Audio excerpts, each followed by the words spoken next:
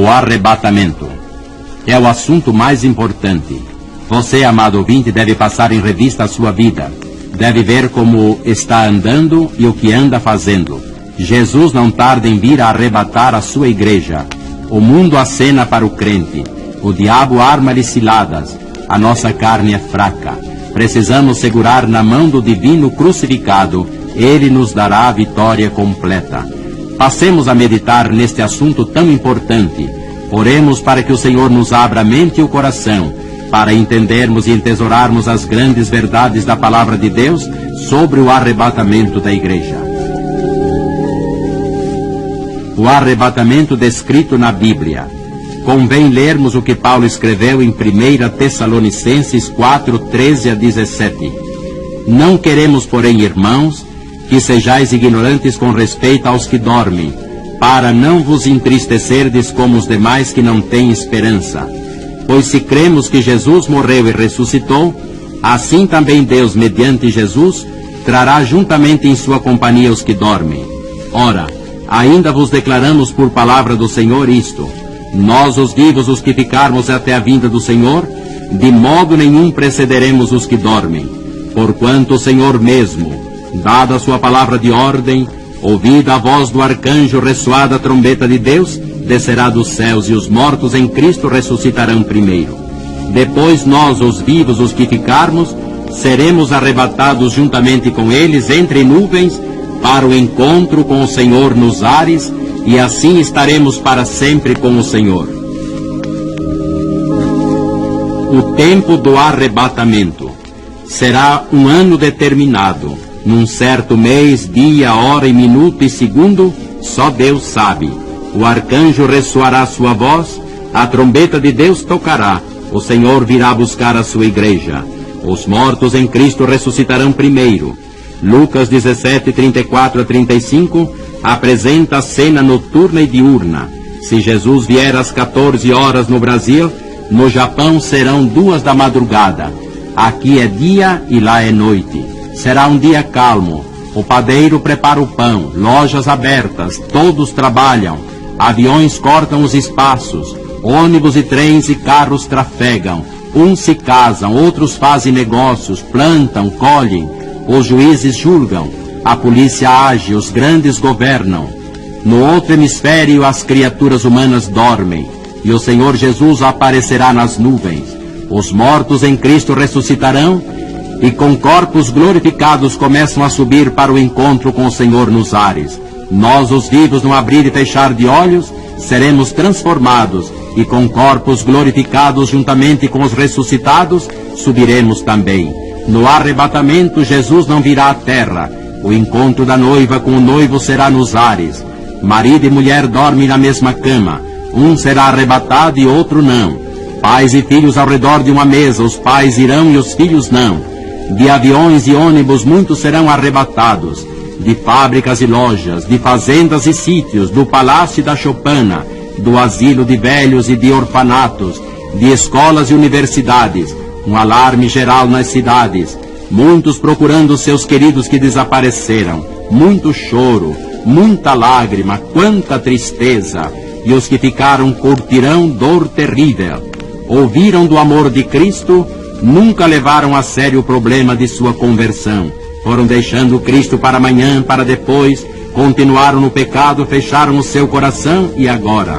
Agora é tarde demais, muito tarde. Enganaram os homens, mas não a Deus. Choram, lamentam. Cristo arrebatou a igreja e eles ficaram. O relógio de Deus assinalou o fim do tempo da graça de Deus. E nesta altura eu pergunto, você vai ser arrebatado ou vai ficar? Você tem Cristo no seu coração ou apenas é um crente nominal? Você tem enganado aos homens, mas não engana a Deus. Ainda há tempo. Se você não tem Cristo, pode aceitá-lo agora. Não brinque com Cristo. Enquanto é tempo, entregue seu coração ao Senhor. Jesus virá breve buscar a sua igreja. Você vai com Jesus ou vai ficar? Algumas lições. Algumas lições sobre o arrebatamento da igreja são oportunas. Quem vai ser arrebatado? Aqueles que têm realmente Cristo no coração, lavaram as suas vestes no sangue de Jesus e têm o seu nome inscrito no livro da vida do Cordeiro. Você tem certeza da sua salvação?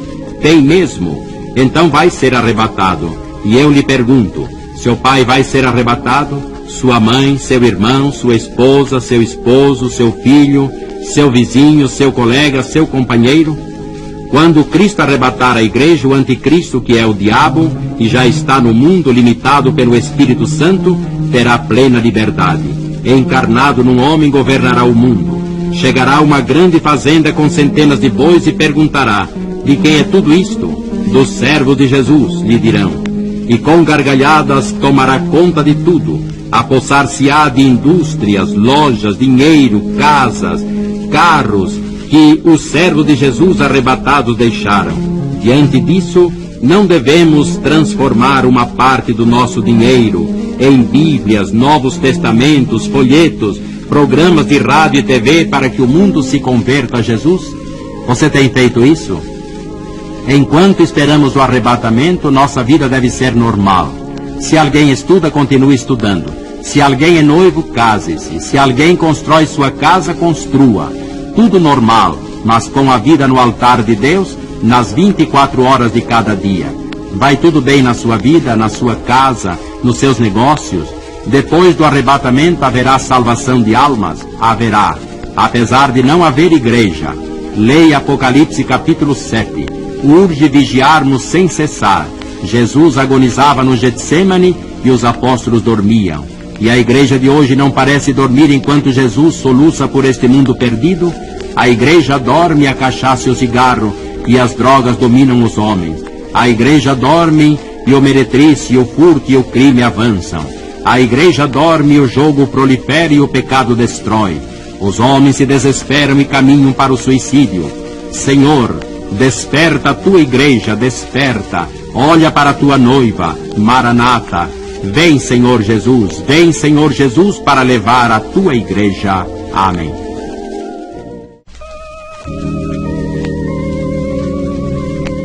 A grande tribulação.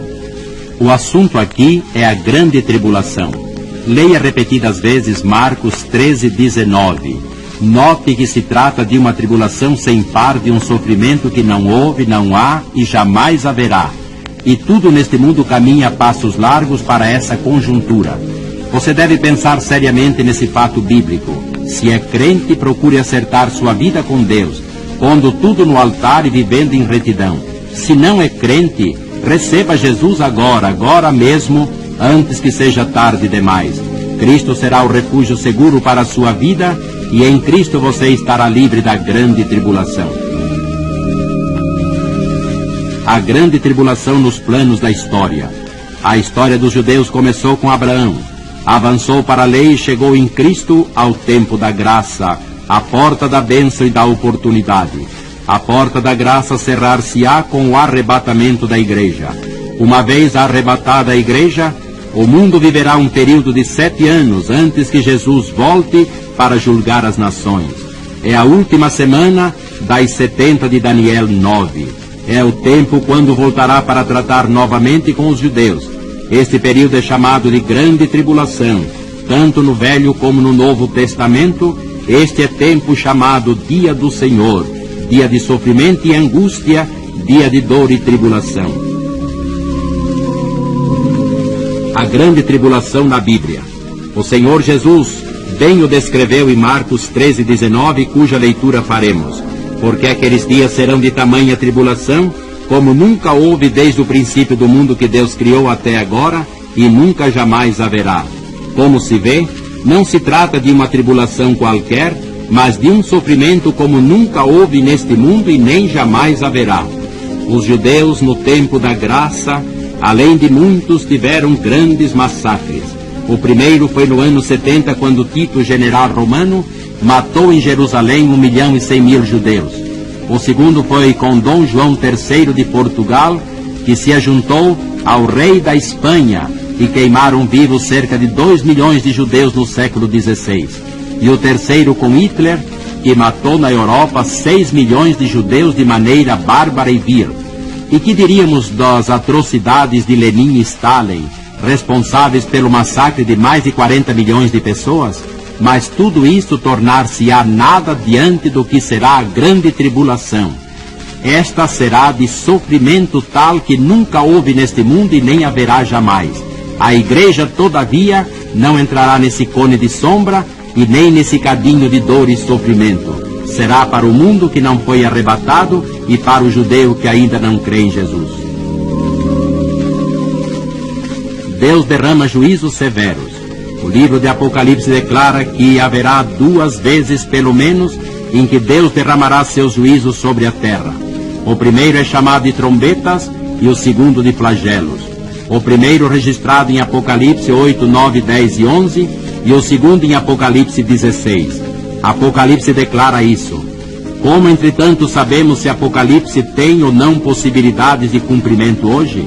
Quem nos vai revelar o mistério? Um homem espiritual? Um grande professor de seminário? Não. A palavra vem da ciência, que muitas vezes é ateia e materialista. 2 grandes cientistas da atualidade. Note bem que digo cientista e não pseudocientista. Um se chama Nigel Calder e o outro Robin Clark.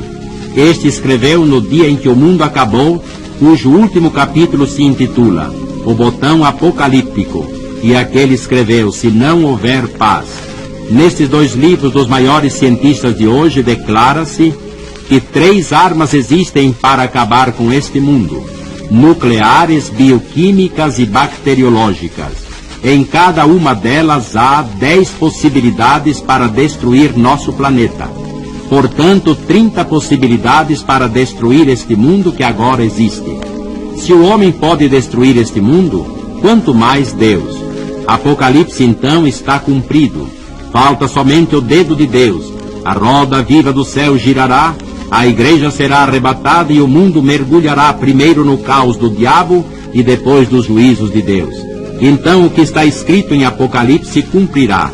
O primeiro anjo tocou a trombeta e caiu fogo sobre a terra, e 1/3 da população morreu.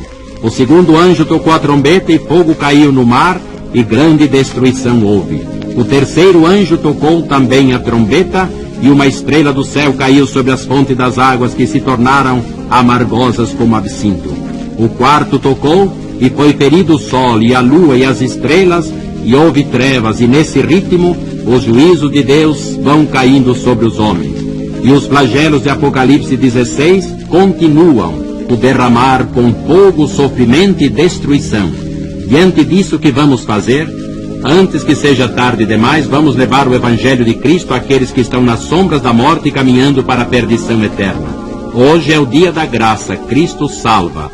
Amanhã é o arrebatamento, e subirão os que tiverem Cristo no coração. Depois de amanhã será a grande tribulação, e os que não tiverem Cristo curtirão dor terrível. Preparemo-nos, portanto, para o grande dia, antes que seja tarde demais. Enquanto é dia, levemos Cristo aos pecadores, pregando-lhes a tempo e a fora de tempo. Anunciemos hoje de coração: o Rei está voltando, a trombeta está soando, meu nome a chamar. O Rei está voltando, aleluia, Cristo vem me buscar. E com nossa vida no altar do Senhor, oremos: Maranata, ora vem Senhor Jesus. Amém.